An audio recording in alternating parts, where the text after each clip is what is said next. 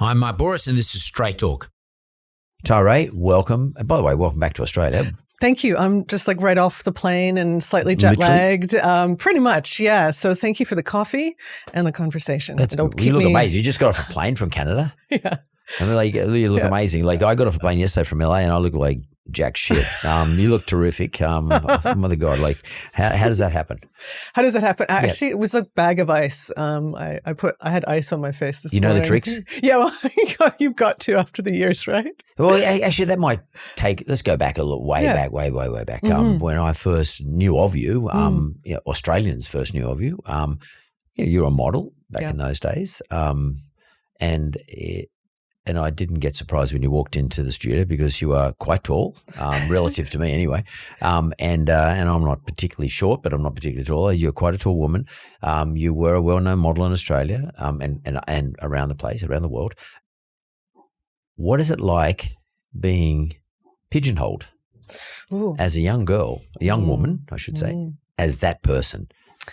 Well, I'm not a young woman anymore, but I remember what it was like. I remember when my first novel came out in 1999. It was called Fetish. It hit Australia first.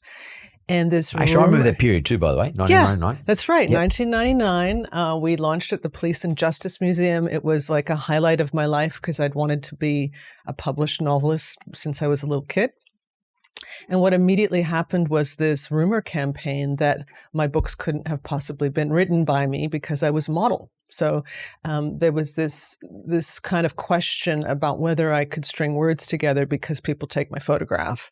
And it was very surreal at the time. I think when I'd been working as a model to pay the bills, I hadn't really considered how people would take that as meaning so much more, that being photographed means you can't do these other things. And of course, a lot of models I worked with were putting themselves through college and doing all kinds of other things to pay, and modeling to pay the rent.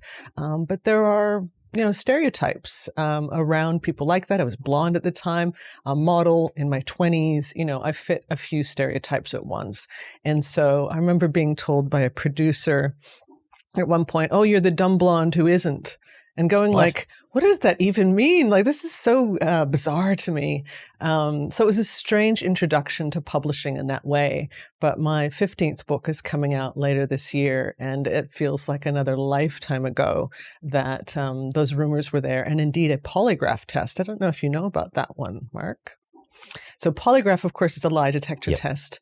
And when my second book, Split, launched in 2002 in Australia, I was dared by a journalist, a pretty fabulous woman actually, at the Australian newspaper to take a polygraph test to prove that I write my own books. Whoa. So I ended up being polygraph tested by, a cop who normally, he tests like suspected rapists and pedophiles, and me, a suspected author.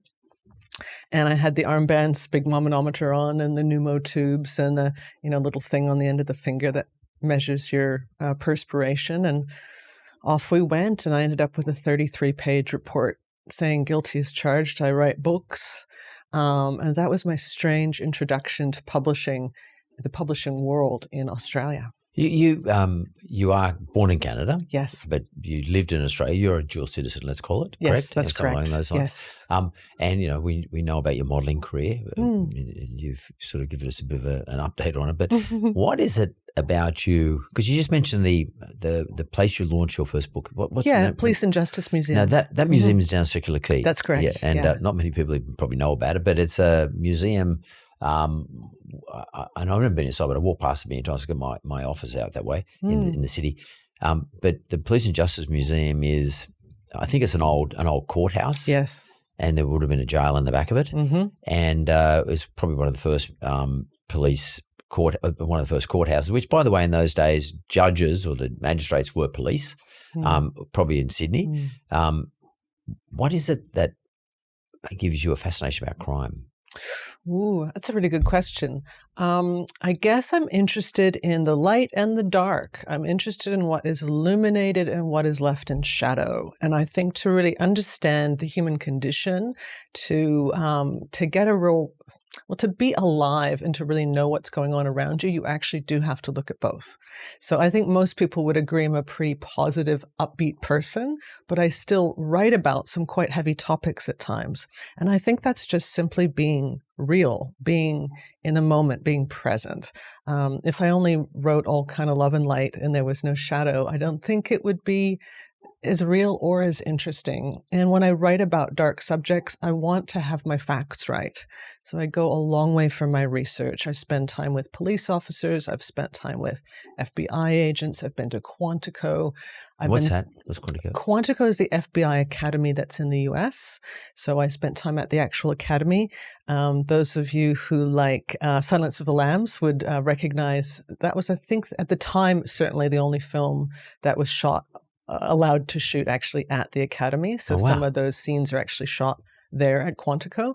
I'm just fascinated by what goes on behind the scenes, and I don't want to have a view of life that is artificial. I want to know what's going on. It's actually, when you talk about the dark and light, I might just park light over here for a second and just I'm actually fascinated by dark. Mm-hmm. And I've got friends I grew up with, some of whom have been to jail, some who sort of participated in all sorts of unusual things.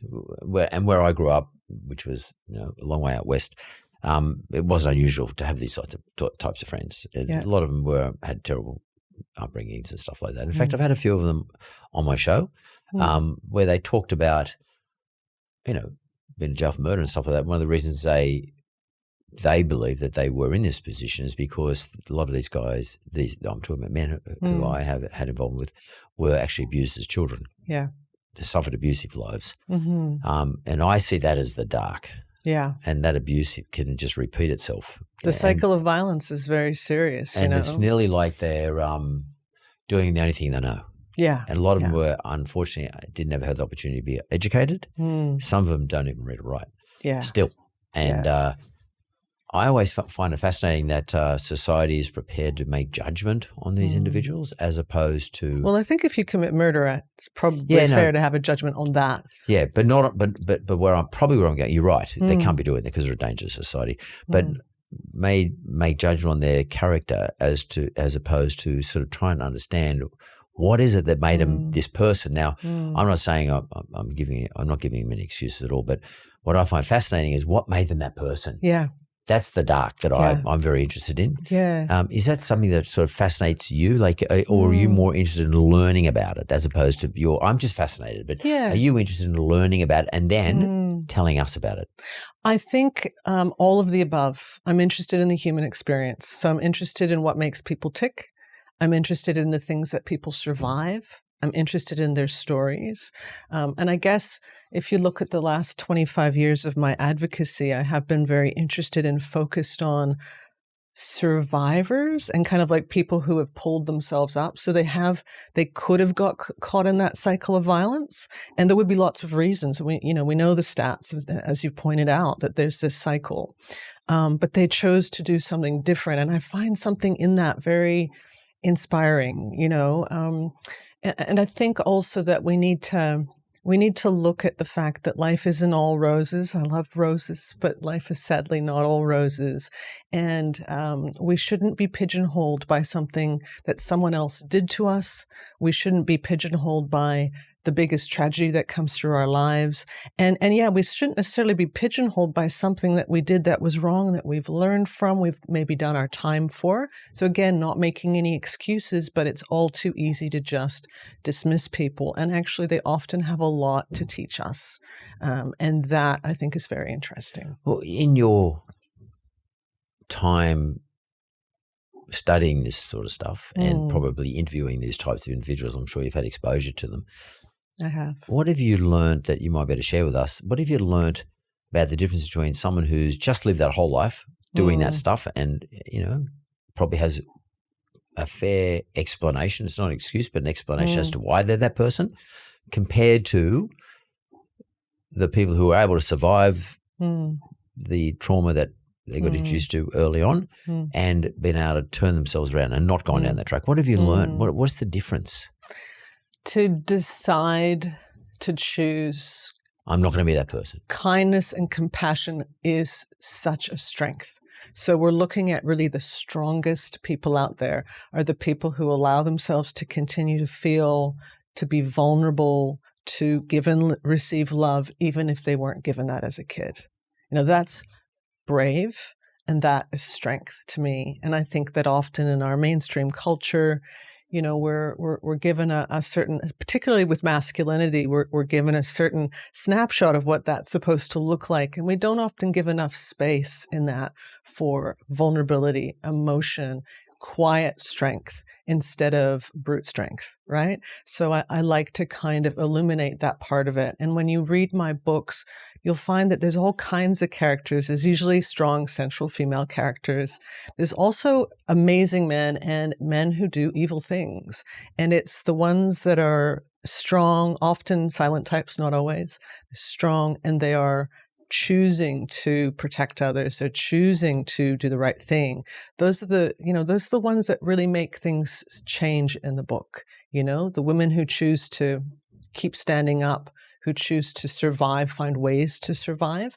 And also the men who are there as like Detective Inspector Hank Cooper, as Andy Flynn from my first series, they're really an important part of turning the tide, making things safer for the community. And I think that needs to be held up.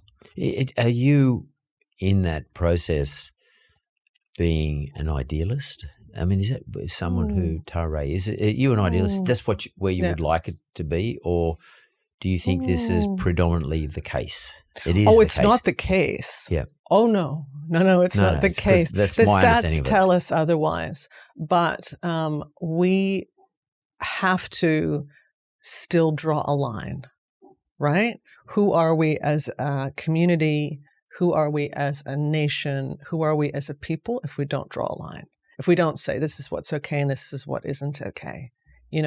Have rules. Have rules, but also ethics. Yeah. And I think ethics are very important, and it's better actually for the individual if they make those choices because it's better for them. Their lives are going to be better by being a better person.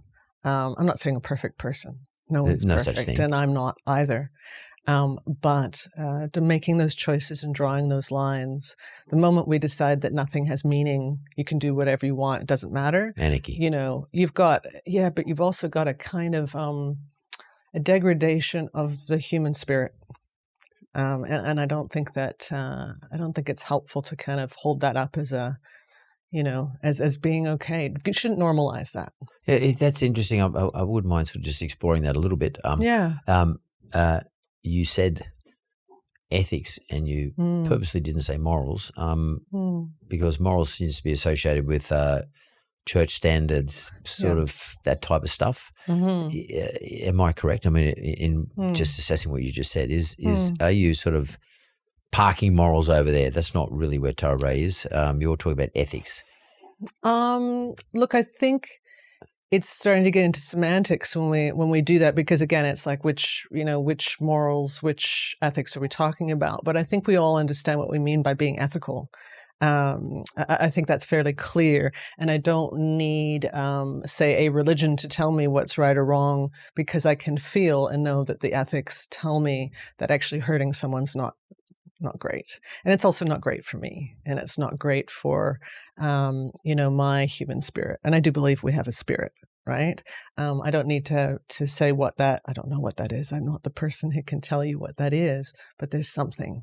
And it matters that we honor that we live with dignity and with ethics. So yeah, I'm not sure about morals and religion. I mean, that's a huge conversation. I'm not a theologian, but I will say that you don't need to come from a particular religious background to know that there's a way to be that's kinder. There's a way to be that's more ethical, and you can just, in your imperfect way, try. When you say kinder as in kindness, it sort of seems to me to evoke things like that are basic virtues. And when I was growing up as a kid, virtues were discussed at lunchtime on Sundays because there was nothing else for us to watch. I didn't have television. We didn't have internet. We didn't have anything. So family would older people talk to us younger people about virtues. They say, but they'd usually put in a sentence, he or she is tough as teak, good resilience, things about resilience, Yes. as you say, kindness, gratitude, those sorts of things. Yeah. Where in your books do you try to take us down a journey from ethics and into virtue? In other words, that person is quite virtuous, without saying those words, but you're trying to tell us that this person is quite virtuous. And are you signaling where you think society should be, or where would be a nice place for society to be? Is that the whole purpose of your books, or is it to more just entertain me? Look, it's entertainment and it's a deep dive into the human experience. I've written now 15 books and all of them are storytelling. They're all about people's lives. They're all about regular people. I tend not to write about generals and world leaders. I tend to write about people who are impacted by the decisions of those people, or people who are impacted by, the long shadow of war, by crime on the streets. I'm writing about those types of people. Are they virtuous? I don't know. I don't think I've ever written that word in my books, because again, when you get into virtue and morals, there's connotations there depending on, where you come from as to what that means.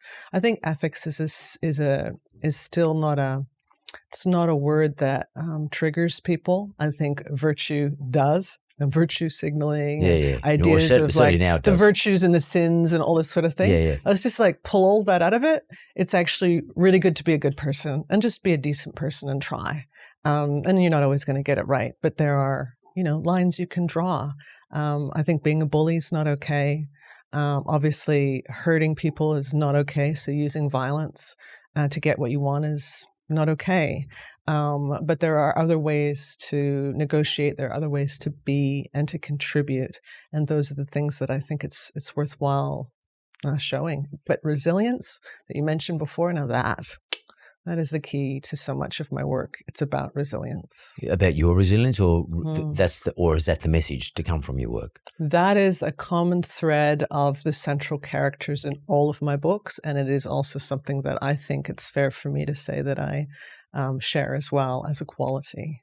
So your books are fiction. How do you decide who your fictional characters are going to be? I mean, are you base it on a model of a person that you've met, or someone, or a model of a number of people you met? I mean, do you actually sit there and sort of straw man the individual, like this is your heroine and of the story? Do you also depict in the story? Do you build a villain and a heroine? I mean, is that the game? To me, storytelling is about.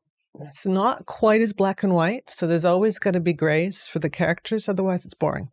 I'm not doing cartoons. There's some amazing cartoons and comics and graphic novels out there. I'm looking for more nuance. That's the substance of novel writing. It gives you the opportunity to really get in there. So it's never going to be black and white, and they have to have a lot more substance than a straw man, right? Or a straw woman.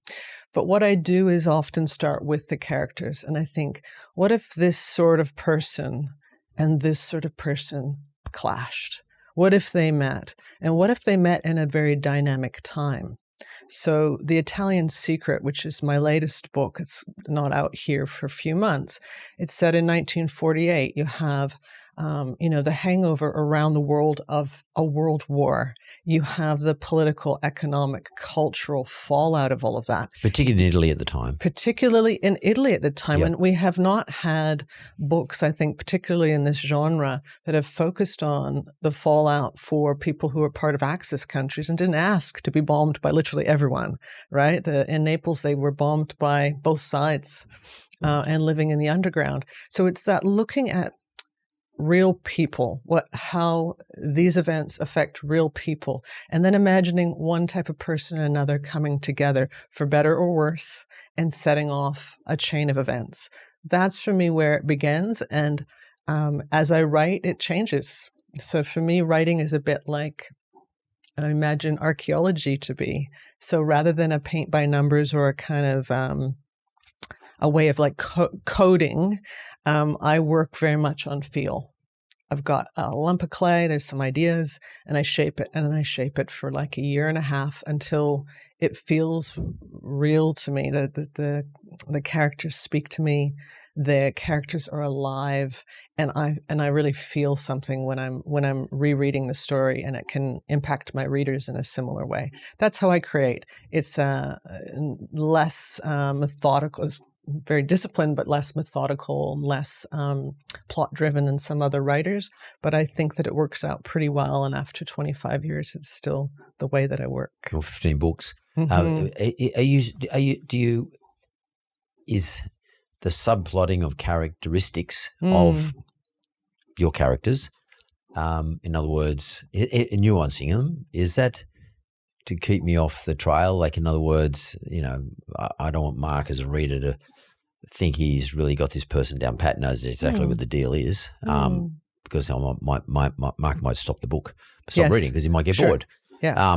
Mostly I think of you when I do write the characters. I'm very worried about Mark and what you're going to do. No, for me, it's not so much an intentional manipulation. I don't like. No, I don't mean manipulating me. Yeah, but you could be. Not of you, but I mean of readers, because there is a style of writing that's, a lot of plot twists. And we see this in movies as well, where there's 8 plot twists at the end. Yeah, just to keep me interested. Nothing's really, nothing's what you thought. And, that can work, but I'm not that kind of writer. It's not the way my brain works. So what I want you to do is to feel that the characters are real and to empathize with them, because I think compassion and empathy are the natural result of learning about people. So what was that person in Naples? How did they survive in the underground during the war while everything was bombarded and their home was destroyed? And what about that private investigator in Australia, in Sydney, post-war, who, is very unpopular because she's a divorcee and she's a woman in a man's field, and everybody wants the returned soldiers to have jobs, but women should get back in the kitchen. What was it like for them? And it doesn't kind of matter whether you're male or female, what side of politics you are, how old you are, or whether you've got an Italian background and an Australian background. You kind of go, I can walk a little bit in their shoes just through this book, through this plot. And I think it makes for a better story when you can do that. Is the fiction reader... the person who buys your book, are they, and I guess you understand these people better than anybody, but are they entering in a form of voyeurism? In other words, I'm never going to experience this in my life, but I would really love to know what someone coming out of World War II in 48 in Naples, how they actually survived their life. I mean, and how much of, is that a thing that people do in the world? Like, it's not my go, but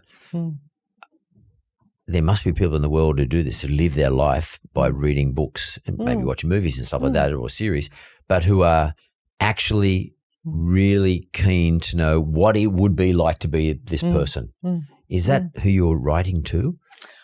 Or are you writing that to yourself? I'm exploring characters and bringing them to life. It's a creative pursuit. I don't think we can pigeonhole readers, just like I don't think people who watch reality TV are mindless, drones watching something and voyeuristically living through others. I think that people are a bit more complicated and a bit more interesting than that, actually. But books have a special ability to be time machines.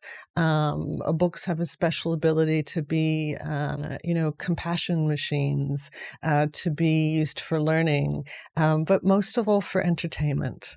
And that's what I'm writing. I'm writing to engage a reader. And when I'm diving into dark territory, when I'm touching on things like the Holocaust or destruction of culture in Naples or whatever it is that I'm bringing into a book, fighting Nazis. I mean, that's what my character does through a lot of her books. When I'm looking into that, it's got to grip the reader. You got to want to read it. And you're going to be touching on part of this stuff because it's actually part of our life and our world. All of us have grandparents who were impacted in some way. Our families were impacted in some way. And so I don't want to write about the small. I actually want to be able to look at the big picture, but personalize it with characters that I've frankly made up, but from an amalgam of real life people and characteristics. Billy Walker, my main character, for example, she's a private investigator in Sydney. And she's kind of like if Philip Marlowe was Ava Gardner, but she's got a touch of, Virginia Hall. She's got a touch of Martha Gellhorn, all these really interesting real life women of the time. She's not any of them, but there's a sense of it, a sense of the film noir women we see in black and white, the Lauren Bacalls with their shoulder pads and their toughness. And that's fun. But also it's touching on something real. And I think you always have to, have your finger on that. And we'll move on in a moment, but I'm actually intrigued by all this, but is writing fiction, and you've done a number of books, and you've really done one every 2 years probably since your 20s. Yeah, on average. Yeah. Is fiction writing for you, apart from being what you do in terms of your business, career, etc., is it to tease us, to see what excites the humans? I mean, and obviously your readers, but are you trying to find out what excites us? Like, especially when you talk about the dark territory, like dark characters, or is it just a business for you? Oh God! If it was just a business for me, I probably wouldn't be writing novels.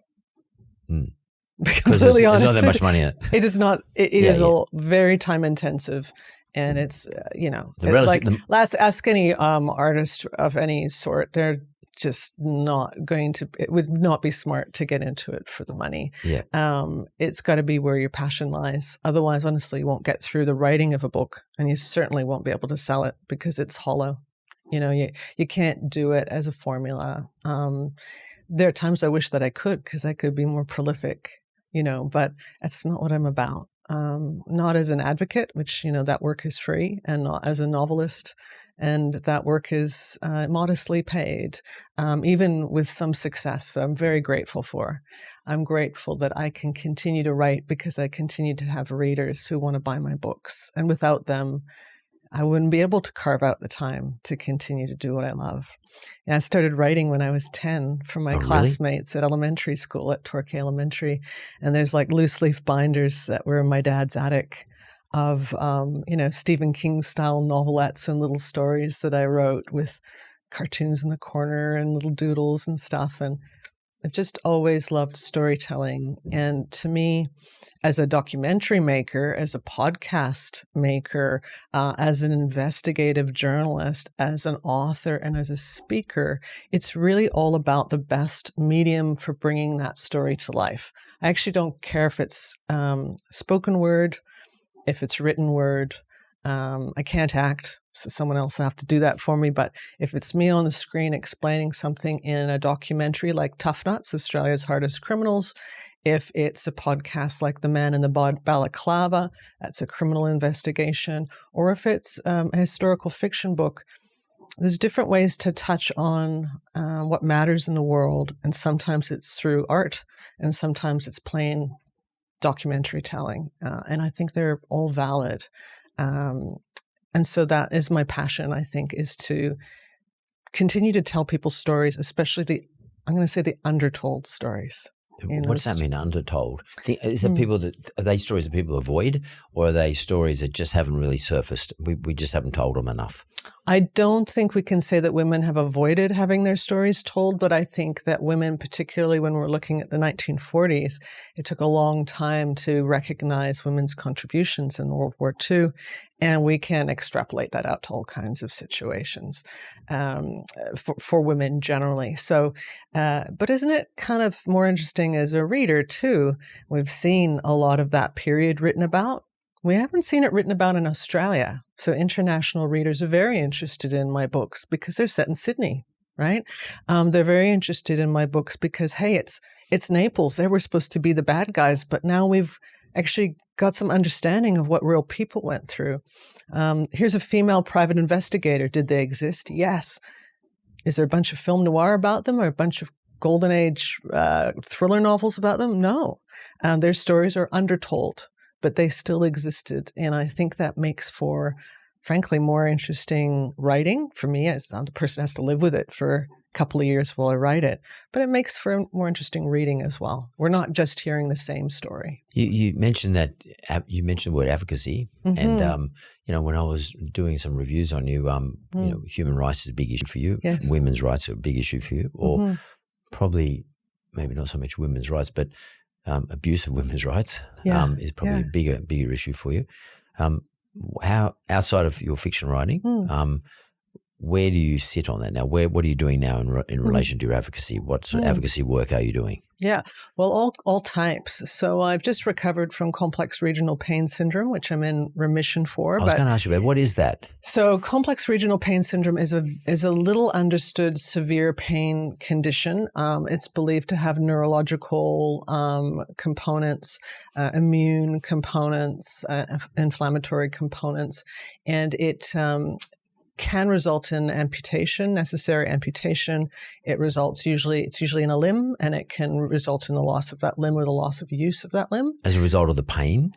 It's more complex than the pain, but the brain essentially, I'm going to oversimplify it, but if you were to imagine that the brain is cutting itself off from the painful limb, that would get you some way to understanding how it works. You have reduced circulation, or you have edema and huge amounts of circulation. It's very painful for people, and generally it's very difficult for them to use the affected limb. Is it a recognized disease? Yes, it is. Yeah, it's not something that's contentious. It's not. No, it's not. Well, it's contentious in that people don't know what causes it. Right. So there's debate about the cause, but there's not debate about the existence of it. And it was first written about during the Civil War, in fact. So people who were, survived the trauma of war would sometimes end up with these injuries, and it had various names over the years. So you had this? I still have it. It's not curable, but I'm in remission. So now I can walk. I'm still working on getting my fitness back after many years in a wheelchair. In fact, I had ripped arms because I had a manual chair. So I was like very Linda Hamilton. It was, I kind of miss my ripped biceps, but it's really nice to be able to be upright and to use my legs again and to be mobile. So during that period, I did a lot of disability advocacy and a lot of pain advocacy, including here in Australia and with Parliament. Particularly on things like legalizing medical marijuana, getting more people access to different options to handle their pain, because pain management is a human right. Okay. So now that I've recovered and I'm in remission, it's not that disability issues don't matter to me. They do. It's just that people who are disabled right now are better placed to have the spotlight on them to talk about those issues. So what I am doing is continuing my 20-some year advocacy on human rights and on women's and girls' rights. And I have a podcast that dropped just this week around the time of International Women's Day called There's No Place Like Home After She Leaves. It's season 3 of an award-winning podcast, and it's focusing on domestic and family violence, which can happen to everyone and does happen to all kinds of people in Australia, but it's very often, disproportionately affecting women and kids. And telling those stories is very harrowing but important.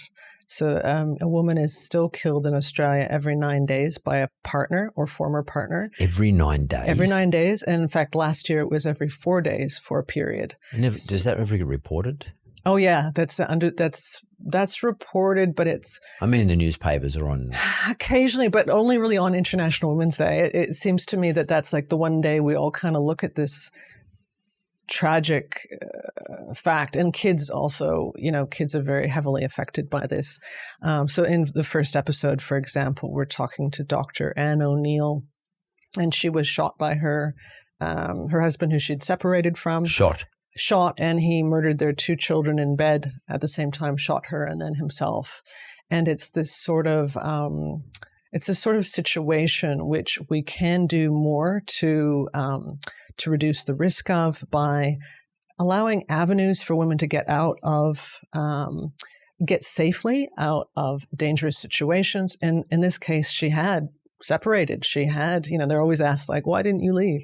She did leave, but that's often the most dangerous time. And that's the focus of this podcast, is kind of debunking that myth that, well, women just stick around, and actually recognizing the dangers and what we can do to help them. And some of that is financial, some of that is social, and just, I guess, recognizing the cues and doing more for those around us who are in a vulnerable situation. It's interesting. You should mention that to me, because just prior to you, I did another podcast with somebody, and Julie Morris, and Julie was telling me that when she got divorced from her husband, she discovered that nothing was in her name; everything was in his name. And I just want to ask you, what you think about this, because one of the banks came in, which I thought was fantastic, and actually sat down with her. So a bank other than the one that her and her husband were banking with, I won't say the name of the bank, but they actually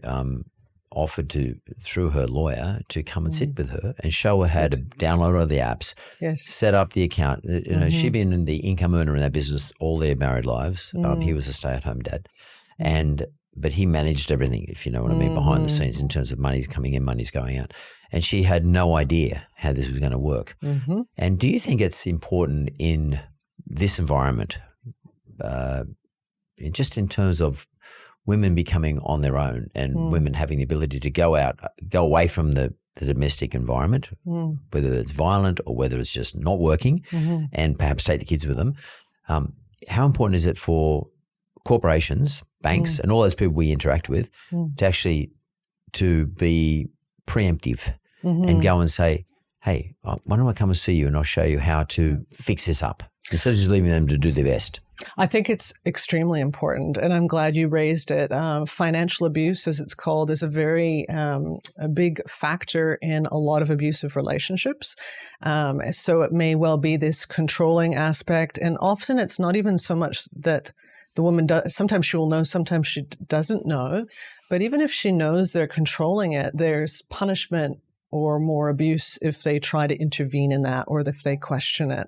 So you've got a very dangerous situation, and it's going to be something that prevents a woman from taking herself and the kids out of a dangerous situation, because they don't have somewhere to go. They don't have money to access, and it's just another form of control. So some banks are onto this, and they have programs in Canada as well. And as we said, I'm a Canadian, Australian dual citizen.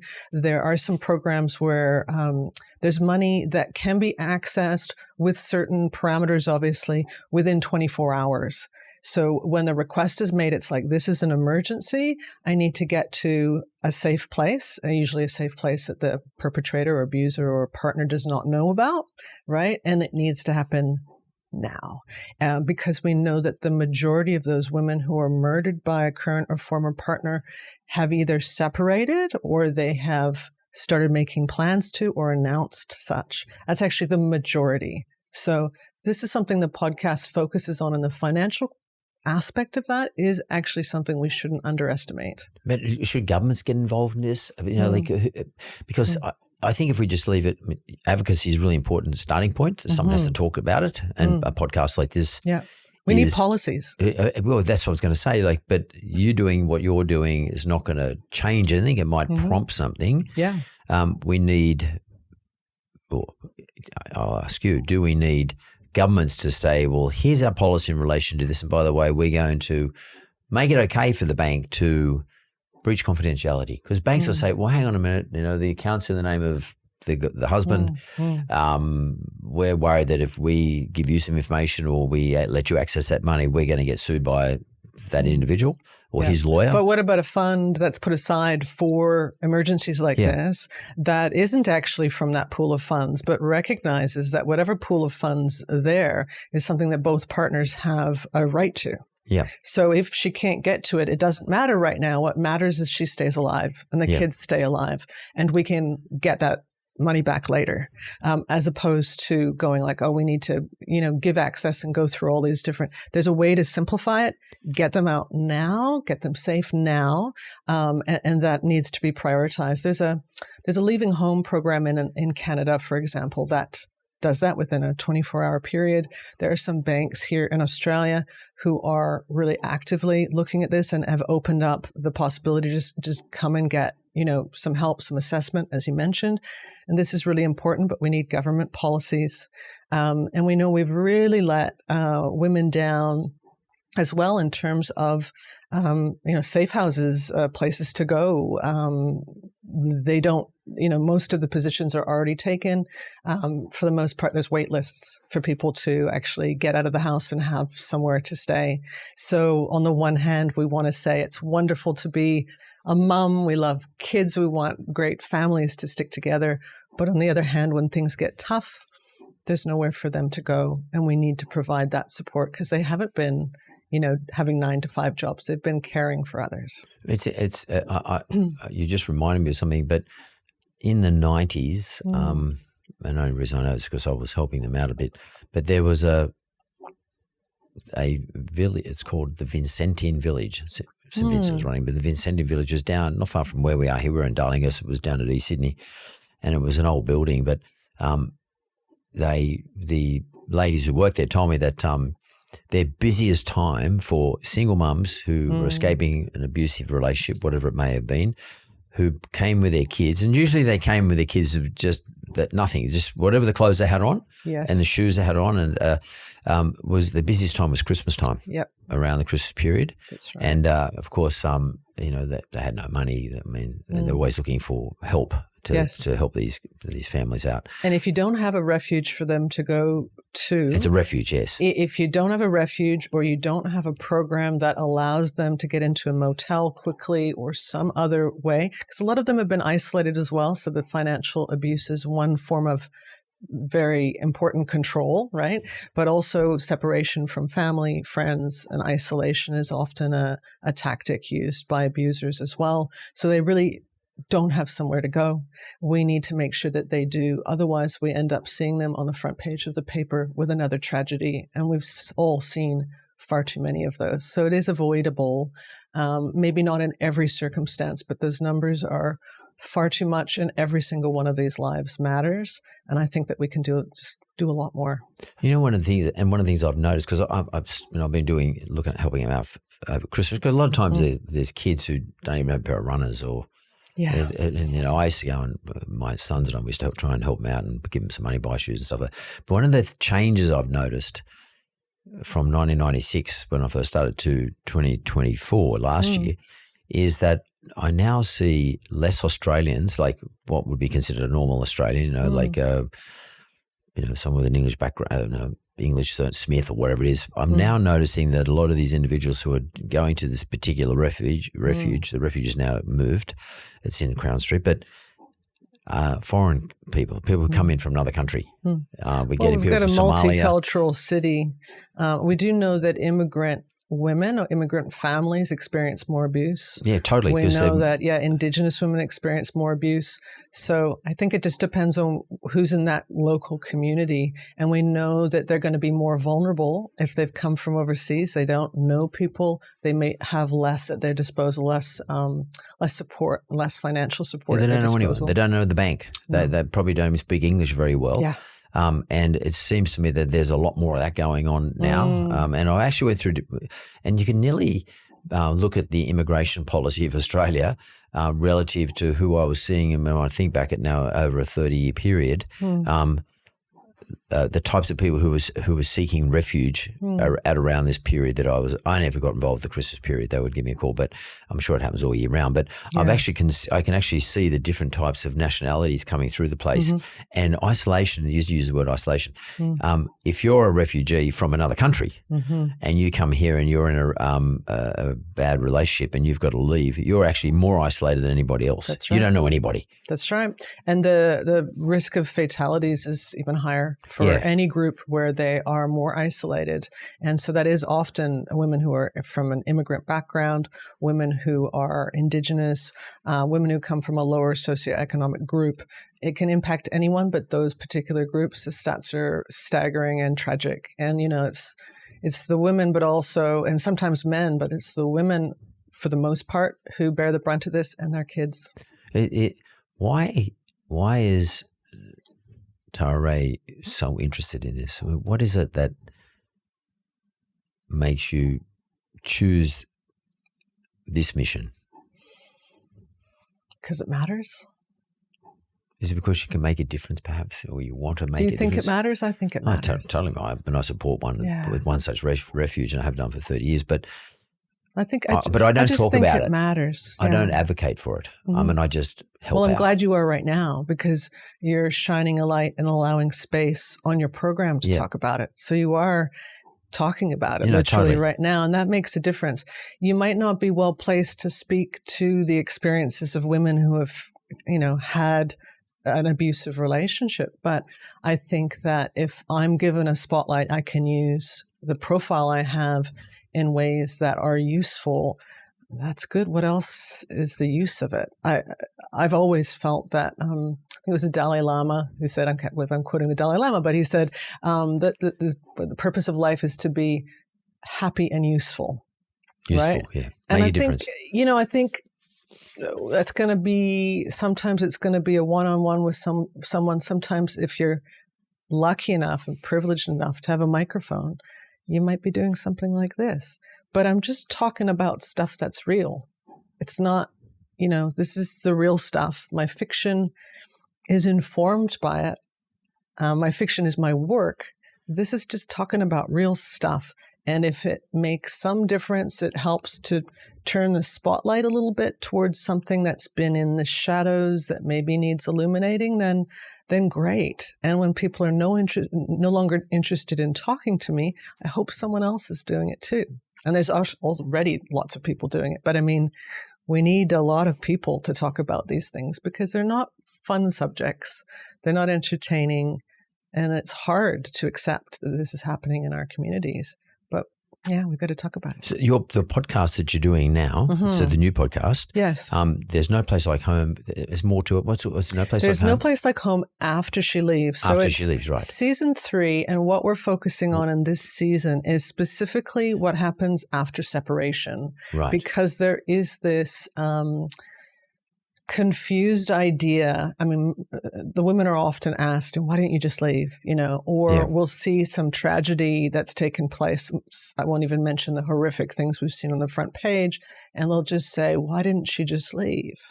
Well, I'll tell you why. It's in the podcast. We've got the survivors of these incidents talking about it. We know the stories of those who didn't survive. We're talking to police, we're talking to experts, and they'll explain that this is the most dangerous time is actually when you leave.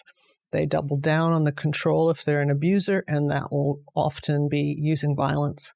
So we need to stop the victim blaming there and kind of the question of like, oh, why didn't she just leave? Like it's so easy when we know the stats don't support that attitude, and we should do more to support people who are in those vulnerable situations rather than questioning like, oh, why didn't you leave last week before, this tragedy occurred with your kids? We're in an election cycle right now in Australia. And in Canada too. In Canada as well. On both sides of the world. Right. Mm-hmm. And you guys, of course, are battling your 50th state just below you who's trying to take control of your joint. Thank you for calling. Yeah, it's our 14th province. I like our overblown 14th province, just south of where I live, literally by a few miles. So I'm very close to the border there, and things are tense. Oh, really? Things are really tense. So yeah, there's like open discussions of invading Canada. Like the current administration in America has taken their closest ally, their closest trade partner, and said, I'm going to cripple you economically unless you let me take over your sovereignty, become a non-country and become part of the U.S. So that has galvanized Canadians across the political spectrum. If you're a conservative, you don't mess with sovereignty. You don't mess with the national character and say, okay, now we suddenly don't exist as a country that's been around for so long. And as a progressive, it's also appalling on a variety of levels as well. So literally the whole country is united. Which is a rare thing. Well, it is, especially in these divisive political times. It's certainly brought us all together, and it's scary times. Given our political landscape, well, the election has not been announced, but it's clearly they're in election mode. Do you think this your show, your podcast, which, by the way, it's been dropped, it's released. It just was released, yes. And we're talking about the first eps already been out there. That's correct. We find it on Spotify and all the usual places. All the good places, okay. Yes. So given that, do you think that it's something that the two contenders should be considering? They should be paying attention to it, absolutely. I think the stats here in Australia are appalling and we need to do better. And a safer community is a more productive community. A safer community is just a better place to be. And no one would want these situations for their family members, right? For their daughter, for their grandkids. So it doesn't matter your political persuasion. I think you should care about this issue. It's a no-brainer. It's funny, we keep talking about the standard of living, and when we assess the standard of living in Australia, we generally speaking take, gross domestic product divided by, the population numbers, and we just look at it like a really high-level economic number. When in fact, if another thing that we maybe should be looking at and putting a value on is the unhappiness of people who live in these sorts of relationships as relative to our standard of living. In other words, if we got the highest domestic abuse per capita in the world, I'm just making this number up, if we had, therefore our standard of living is not very good. No, it's not. Well, we're letting things down on a pretty fundamental level. Yeah. Right? If we don't look after the most vulnerable. I'm not saying do everything for them like, but we need to have a safety net when things go wrong, because guess what? Wealth, health, and safety is not an eternal factor that you can count on in every moment of your life. Things happen. And that's when we need community. And that's when we need policies so that we can survive it, come out the other side, and actually have rallied together and support one another. And that's what I think is really important, is to remember that in today's individualistic society. Remember that sometimes we need community actually to survive.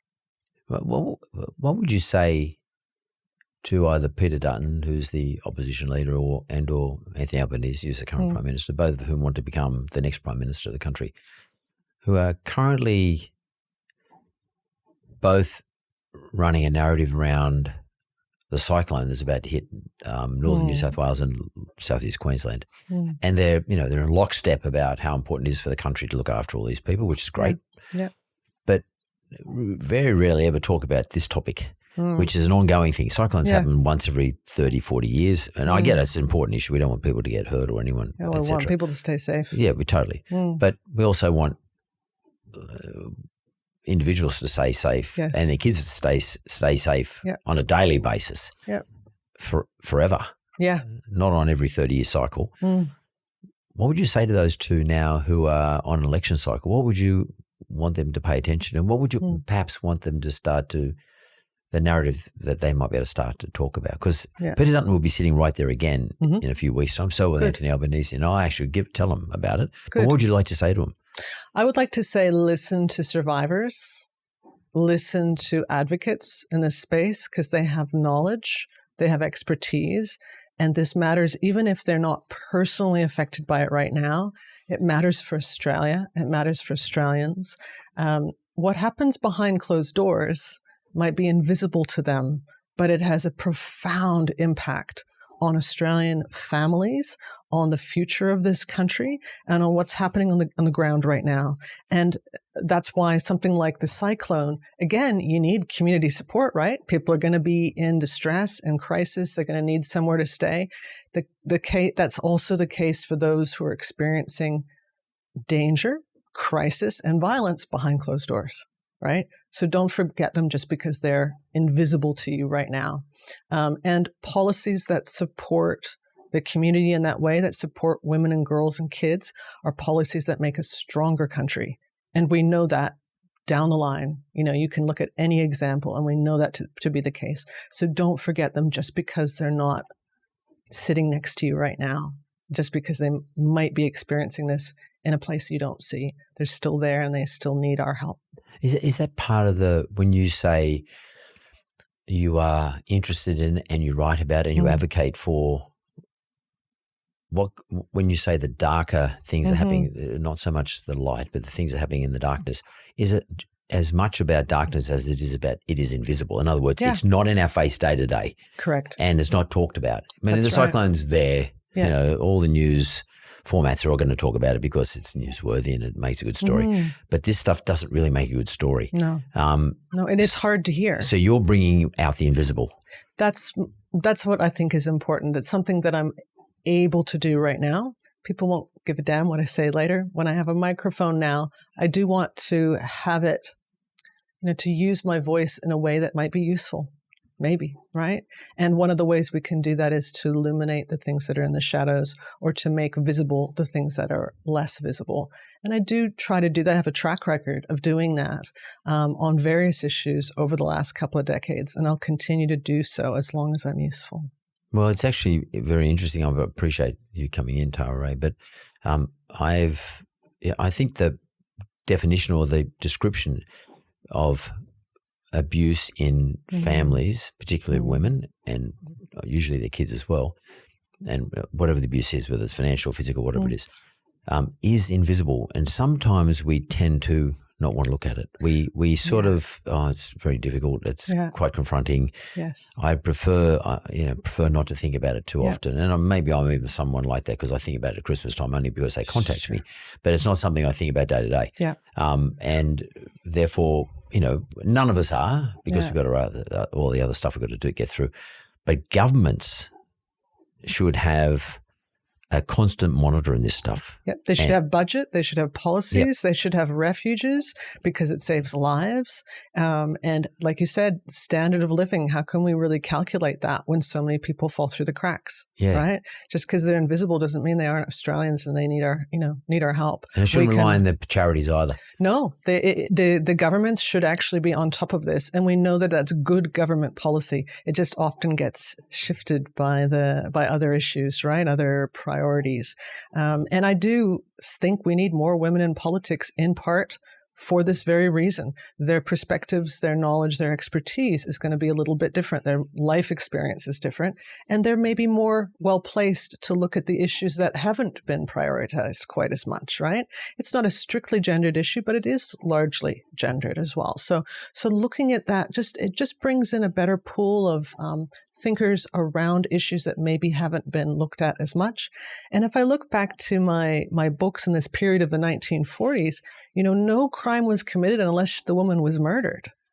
She couldn't leave a relationship because she was being abused. It had to be adultery or she's dead, right? I mean, that's where we've come from. It's not so long ago. So there's still a taboo around this. There's still an idea that, domestic violence is not the same as a King hit and King's Cross. It's not the same as the violence that we see on the streets or on the battlefield or indeed in a cyclone. It's just kind of between two people that just going to have to deal with it in private. And we know that is that devastating kind of history is something we're still picking apart and trying to get away from. The taboos around that, the assumptions around that, and the invisibility of it are all obstacles to what I would call justice, fairness, and greater safety. And I want that greater safety for my daughter. We all want that for our families and for the future, I think. I think we all want it I want it for the nation. So, Rae, thanks very much for shining the light on what is invisible. It is invisible, but it shouldn't be invisible. And I just wonder whether the word domestic violence is not a very good adjective to use in relation to violence because the domestic softens it. I agree. Domestic is probably is a dumb word to use. I mean, it's violence at home, but family violence is maybe a little bit better, but not all people experiencing violence at home are a family, so they're not always with kids. But I agree, it has been spoken of as being maybe problematic, perhaps dismissive, again, because of that history. I think it's a domestic matter. Yeah. It's a domestic matter. Yeah, sorted out itself. And it was really used in a way that was quite dismissive. So, give me a better word for it, Mark. Let's see. I can't think, but I'm now thinking. But no, thanks very much for getting my attention on this, and I appreciate, and our audience for that matter Thank too. you for making the time. You're most welcome, and good luck with the podcast. Yeah, thanks. Thank you.